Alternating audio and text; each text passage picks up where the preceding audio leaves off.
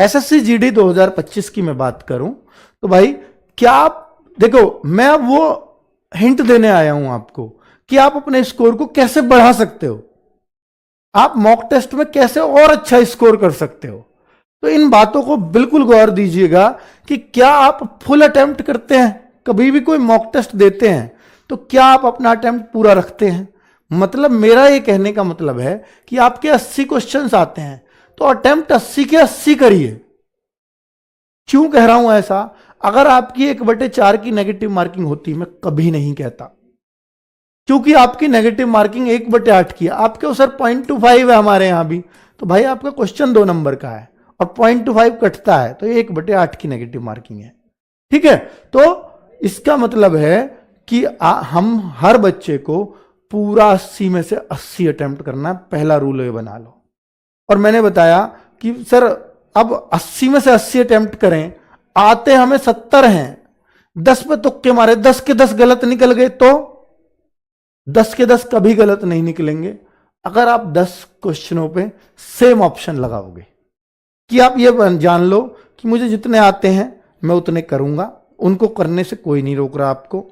अब उन 10 क्वेश्चनों में या तो सब पे एक सा ऑप्शन लगाओ, ए लगा दो सब पे, या बी लगा दो सब पे, या सी लगा दो, या डी लगा दो। तो अगर आप केवल एक ऑप्शन भर देते हो सारे में, जो आपको नहीं आता मुझे उसमें ये भरना है, पहले डिसाइड करके जाओ। और ये वही मत करो डायरेक्ट, मैं कहता हूं यहां मॉक टेस्ट में करके देखो और आप देखोगे कि सर मेरे मोस्ट प्रोबेबली क्या होगा, 2 क्वेश्चन 100% सही निकलेंगे और 3 क्वेश्चन, ऐसा करने से 3 क्वेश्चन मतलब 50% ये हो सकती है संभावना। ऐसा कभी बहुत ही खराब किस्मत है तो शायद एक क्वेश्चन पर जाए, वैसे ऐसा नहीं होगा क्योंकि 4 ऑप्शन है तो 1/4 की प्रायिकता रहती ही है हमेशा। तो मैं ये मानता हूं कि भाई आप वर्स्ट सिचुएशन पे भी चले गए 2 क्वेश्चन, तो 2 क्वेश्चन अगर आपके आए तो 4 नंबर आपको मिलेंगे, लेकिन आपके 8 गलत हो गए इस केस में, तो 8 गलत के आपके पता कितना नंबर कटेगा, 8 गलत के आपके कितने नंबर कटेंगे, क्योंकि एक गलत पे 0.25 कटता है, 8 गलत पे 2 नंबर कटेंगे आपके, 4 मिले 2 कट गए, तो कितने नंबर, 2 नंबर का फिर भी फायदा हुआ। और यही वो 2 नंबर हैं जो आपको बहुत ऊपर ले जा सकते हैं, क्योंकि 0.25 0.5 नंबर में आप लाखों बच्चों को पीछे छोड़ते हैं, लाखों को। ठीक है, तो मैं इसलिए कह रहा हूं कि आप फुल अटेम्प्ट करिए, ये पहला रूल है अगर आपको अपना स्कोर बढ़ाना है। तो भाई जो छोड़ ही रहे हैं अगर उनसे हमें कुछ मिल जाए तो बेहतर है। दूसरा, क्या आप मॉक के बाद सेल्फ एनालिसिस करते हैं खुद का? ये कैसे होता है सर? जब भी आपका मॉक हो तो बहुत सारे बच्चे सोच लेते हैं जो गलत हुआ गलत हुआ, जो सही हुआ सही हुआ, कितना स्कोर है, संतुष्ट हो गए, बहुत है। कभी मत सोचो ऐसे, आप देखो कि मेरा कौन कौन सा प्रश्न गलत हुआ है। आप ये मानते होंगे जरूर कि मेरा रीजनिंग बहुत स्ट्रांग है, या मेरा हिंदी बहुत स्ट्रांग है, या मेरा मैथ बहुत स्ट्रांग है, जीएस को भी कोई लोग कहते होंगे, तो आप ये एक्सपेक्ट कर रहे होंगे मैं इतना तो करूंगा ही सब्जेक्ट में। तो आप फिर ये देखो कि जो आपका स्ट्रांग सब्जेक्ट है, स्ट्रांग का मतलब होगा कि 19 या 20 पूरे मार्क्स है मेरे, वो स्ट्रांग आप कहिए कि या तो आपका 18 स्कोर आता हो, या 19 आता हो, या 20 आता हो। अगर आपके स्ट्रांग सब्जेक्ट में भी आपके 17 या उससे कम स्कोर आता है तो मैं कहूंगा आप नुकसान में हैं, इसको बढ़ाइए। तो 17 से आप ऐसी कट ऑफ जाती हो उनमें सिलेक्शन लेना मुश्किल होगा, और 17 करने लायक पेपर आता भी नहीं है। अगर आपका स्ट्रांग सब्जेक्ट है तो आप 19 या 20 ही करने चाहिए। ठीक है, तो मैं आपसे ये कहूंगा कि आप उन गलतियों को अब देखो कि जो आप ये मानते थे कि मैं रीजनिंग में तो 19-20 ही करूंगा, तो मेरे रीजनिंग में 17 क्यों हुए, ये 16 ही हुए हैं, तो मेरी गलतियां कहां कहां हुई हैं। तो जब आप 19-20 का मादा रखते हैं तो आप जरूर जानना चाहेंगे कि मेरी गलत कौन कौन से क्वेश्चन हुए। उन 4 क्वेश्चनों में ये जरूर देखो कि अगर 16 ही सही हुए हैं कि 4 गलत हुए हैं, कि इन 4 में मेरी गलती से कौन से गलत हुए हैं, क्या मैं इनको सही नहीं कर सकता था? तो अब अगर सही कर सकता था, ये गलत क्यों हुए? तो मैं यहां पर क्या सोच गया था जो मुझे आगे नहीं सोचना है। और ये गलती जो हुई है इसको दोबारा रिपीट नहीं करूंगा नेक्स्ट मॉक में कभी भी। मैथ में जो मुझसे आता था ऐसा मेरा कौन सा गलत हुआ उसको जरूर चेक करिए और कोशिश करिए कि भाई ये गलत क्यों हुआ, मैंने उस समय क्या सोच लिया। ये अगर सेम डे एनालिसिस कर रहे हो तो आपको याद आएगा कि हां मैं ऐसा सोच गया था, मुझे याद आ गई ये बात। ये लेकिन उसी दिन याद रहेगी, अगर आप 2 दिन बाद चेक करोगे याद नहीं रहेगी। उस दिन हमें याद रहता है कि जब मैंने पेपर कर रहा था तो मेरे दिमाग में ये बात आई थी, तो ये बात आई थी इस वजह से ये गलत हुआ था। तो अब मुझे वही करना है कि ये गलती, यानी मुझे ये कभी ऐसे नहीं सोचना जैसा मैं सोच गया था, और अगले टेस्ट में ये नहीं होने दूंगा। और जब आप ये बना लेते हैं ना अगले में ये गलती नहीं करूंगा, तो वहीं से आपका सुधरना स्टार्ट हो जाता है। आता हुआ प्रश्न अगले टेस्ट में गलत नहीं होने देना। इस बार 5 आते हुए गलत हुए, चेक करना खुद को। ऐसा मिलेगा आपको कि 7 गलत हो गए आते हुए, 8 गलत हो गए, कि इस बार 5 हो गए, अगली बार 6 ना हो जाए, 4 जरूर ले आऊंगा। आते हुए तब भी गलत होंगे, पर मैं कहूंगा 5 से 4 करने हैं मुझे, 4 से फिर 3 करने हैं। तो ये जो कोशिश अगर आपकी रहेगी, ये 100% आपको अच्छे स्कोर की तरफ लेकर के जाएगी। ठीक है, ये बहुत अनुभव से बातें बता रहा हूं बच्चों, ये ऐसे ही नहीं बोल दे रहा हूं कि एक दिन में आके कुछ सुना किसी से और बोल दिया, नहीं। ये आपको कहीं यूट्यूब पे मिलेंगी भी नहीं। ठीक है, क्या आप अपनी गलतियों पर काम करते हैं?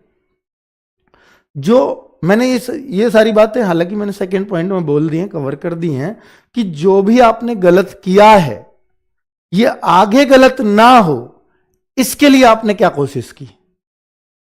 या तो देखो कि मेरा ये फेवरेट चैप्टर था, ऐसा होता है ना कई बार कि भाई मेरा ये फेवरेट चैप्टर था परसेंटेज मैथ्स में, और मैं ये पूरा एश्योर्ड हूं कि मैं परसेंटेज से कभी क्वेश्चन गलत नहीं होने दूंगा, मैं एश्योर्ड हूं। तो फिर ये परसेंटेज का गलत क्यों हो गया? अच्छा, तो इसमें ये गलती की थी, यानी ये चीज मेरी ये टाइप अभी वीक है, इसको मुझे थोड़ी प्रैक्टिस और कर लेनी चाहिए। ये होती है अपनी गलती पे प्रैक्टिस। अब मैं देखता हूं कि मैंने प्रॉफिट लॉस में या मैं रेशियो प्रोपोर्शन में सिक्के वाला प्रश्न गलत हो रहा है मेरा, पिछले में भी गलत था, इस बार भी गलत था। भाई 10 तो प्रश्न ही है सिक्के वाले, 2 तो टाइप ही है पूरी, और बार बार प्रश्न गलत हो रहा है, क्यों ना मैं उसको सीख लूं। इतने अच्छे संसाधन है यूट्यूब पर, जरूरी थोड़ी RWS है, आप सिक्का डालो, सिक्के वाले प्रश्न, बहुत अच्छी अच्छी वीडियोस आ जाएंगी। हो सकता है वो डाउट आपका उसी दिन दूर हो जाए और अगली बार कभी गलत ना हो, और उसकी वजह से मेरे 2 नंबर बढ़ गए मैथ्स में। तो ये इससे अच्छा क्या है? आप गलतियों पे काम करना शुरू करोगे ना, तो आपका स्कोर 100% बढ़ना शुरू हो जाएगा। आप देखते हो जीएस में कि मेरा बार बार कि इस पोर्शन से गलत होता है, तो मैं क्यों ना उस पोर्शन पे मेहनत कर लूं थोड़ी सी। ये मॉक टेस्ट बताएंगे आपको, ठीक है? इन पे काम करना शुरू करिए बच्चों। अगली बात बताऊं कि क्या आप पढ़ा हुआ कई बार पढ़ते हैं, बहुत बार ऐसा होता है कि ये तो पढ़ लिया, अब इसको क्यों पढ़ूं, ये तो कंठस्थ है। नहीं, कंठस्थ चीज भी आपको दोबारा करने से कुछ नया दे देती है, और कुछ भी नहीं दिया तो अपना टाइम कम करवा देती है जरूर।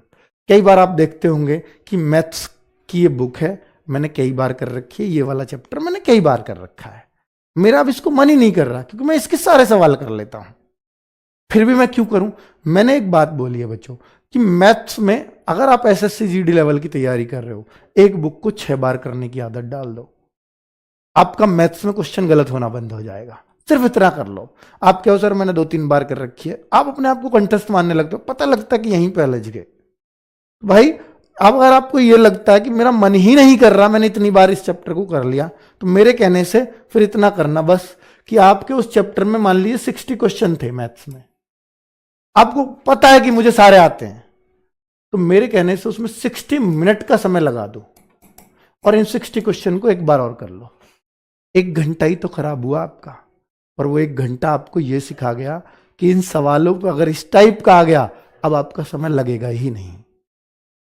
तो अगर कोई बुक ऐसे लगती हो कि ये मैंने कई बार कर ली, तो उसके हर चैप्टर को टाइम लगा के और कर देना, वो आपको बहुत कुछ दे करके जाएगी, और फिर कहोगे कि बहुत फायदा हुआ ऐसा करने से। तो ये जरूर करके देखना। ये बिल्कुल वो प्रैक्टिकल्स हैं जिनसे बच्चों के बहुत बहुत स्कोर बढ़े हैं। रीजनिंग में ये चीज कर सकते हो कि मुझे ये चैप्टर पूरा आता है, तो भाई आप इसके 50 क्वेश्चनों 50 मिनट लगा दो ना, बस 50 ही मिनट तो जाएंगे, चैप्टर खत्म हो जाएगा। मैथ्स में टोटली 14-15 चैप्टर हैं, 14-15 घंटे में पूरी बुक हो जाएगी। 1 घंटे का चैप्टर, 100 क्वेश्चन है तो 100 मिनट करके तो देखो। और जो फिर आपको ये लगेगा कि हाँ ये क्वेश्चन मैं कर तो लेता हूं, पर इस पर सोचना पड़ता है मुझे अभी। फिर अब जब आप उस क्वेश्चन को देखोगे, फिर आपको आगे समय नहीं लगेगा, क्योंकि अब आपने वो एक फ्लो में करके देखा, उसमें आपसे नहीं हुआ। क्यों नहीं हुआ, उसके कारण पे जाओगे और फिर उसकी एक बार प्रैक्टिस और करोगे, वो अब आगे हो जाएगा। तो ये चीज है जो आपको औरों से अलग रखेंगी, ठीक है, क्योंकि आप पढ़ा हुआ नहीं पढ़ते, ये सबसे बड़ी गलती होती है, और इसी वजह से सिलेक्शंस नहीं होते। जीएस में भी हम कई बार करते हैं कि पढ़ा हुआ हम नहीं पढ़ते। मैंने बोला कि 5 से 6 बार अगर जीएस का कोई चीज रिवीजन आपने की, कि आज पहला दिन है ये पढ़ता हूं, दूसरा दिन तो पहले दिन का रिवीजन, तीसरा दिन तो पहले दोनों दिन का रिवीजन, चौथा दिन तो पहले 3 दिन का रिवीजन, तो जो पहला चैप्टर है वो 6 बार जब हो जाएगा उसको छोड़ दो। फिर दूसरा चैप्टर वो 5 बार हो चुका है, 1 बार और पढ़ोगे, दूसरा भी छोड़ दो। हर दिन एक एक चैप्टर खत्म होता चला जाएगा, और जो 6 बार जो हो गया वो जीवन भर के लिए कंठस्थ हो गया, ये माना जाता है, ये साइकोलॉजी है, ठीक है। चलिए, तो ये चीज आजमा करके देखो अपनी रियल लाइफ में। अभी वो समय है पढ़ा हुआ पढ़ने की, ठीक है। अब नया पढ़ने का बहुत समय नहीं है आपके पास। जो चैप्टर नहीं आता उस पर काम करना बंद करो, जो आते हैं उन पे काम करो, तो सिलेक्शंस होंगे, ठीक है।